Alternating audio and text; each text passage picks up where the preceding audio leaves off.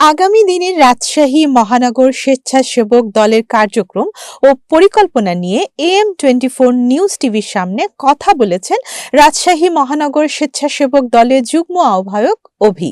তিনি জানান, সংগঠনের পক্ষ থেকে একটি অর্থনৈতিক ফান্ড গঠন করা হবে, যেখানে সবাই ডোনেট করবে। এই ফান্ড থেকে আর্থিক সংকটে থাকা অসুস্থ কর্মীদের চিকিৎসা ব্যয় বহন করা হবে। পাশাপাশি আরও বিশেষ সুবিধা পাবেন স্বেচ্ছাসেবক দলের কর্মীরা বলে তিনি আশাবাদ ব্যক্ত করেন। বিস্তারিত দেখুন ডেস্ক রিপোর্টে। ভাই, আগামীতে রাজশাহী মহানগর স্বেচ্ছাসেবক দল নিয়ে আপনার কি পরিকল্পনা?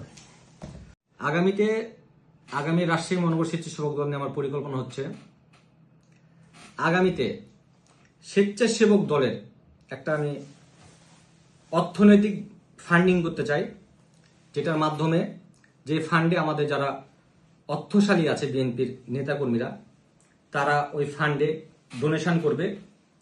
সেই ফান্ড থেকে দেখা যাচ্ছে আমার রাজশাহী মহানগর স্বেচ্ছাসেবক দলের একজন কর্মী অসুস্থ বা কোনো বিরল রোগ তার ধরা দিয়েছে, সেই ফান্ড থেকে তার সে চিকিৎসা খরচ আমরা চালাবো ইনশাল্লাহ।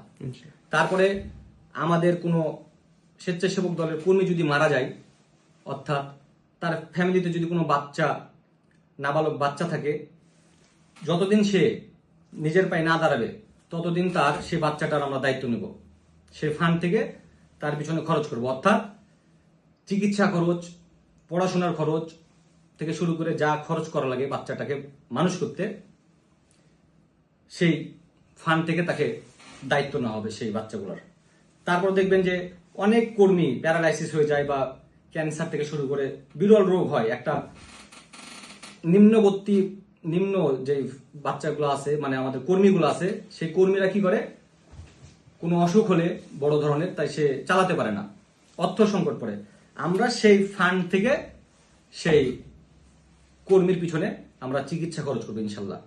তারপরে আগামীতে স্বেচ্ছাসেবক দলকে কিভাবে আমাদের রাজশাহীতে সবচেয়ে জনপ্রিয় দল হিসেবে গঠন করা যায়, সে বিষয়ে আমরা সপ্তাহে একটি করে ক্লাস নেব। সেই কর্মীকে আমরা নিজ হাতে তৈরি করবো ইনশাল্লাহ। তাকে স্লোগান শেখানো, তাকে বক্তব্য শেখানো। দেখবেন যে অনেক ভালো একজন নেতা, কিন্তু সে বক্তব্য দিতে পারে না বা স্লোগান দিতে পারে না বা মানুষের সামনে উপস্থাপনা করতে পারে না। আমরা সেই কর্মীটাকে আমরা সপ্তাহে একদিন ক্লাস রাখবো। সেই ক্লাসে যারা বক্তব্য দিতে দুর্বল বা স্লোগান দিতে দুর্বল, সবাইকে আমরা ক্লাস নেব ইনশাল্লাহ। আগামীতে আরো ভালো ভালো পরিকল্পনা আছে।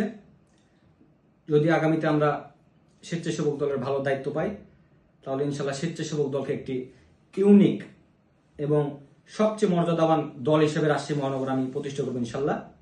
সবাই আমার জন্য দোয়া করবেন এবং আমার পাশে থাকবেন ইনশাল্লাহ। আসসালাম।